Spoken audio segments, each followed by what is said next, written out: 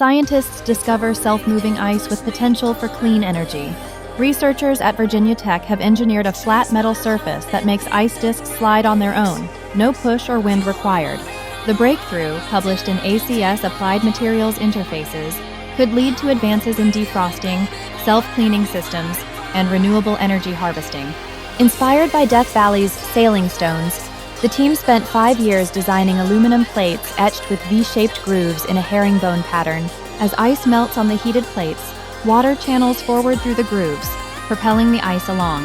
When coated with water-repellent spray, the ice initially sticks, but then suddenly zips across the surface. Beyond passive ice removal, the researchers suggest these patterned plates could drive rotating ice disks, which, when paired with magnets or turbines, could generate clean energy.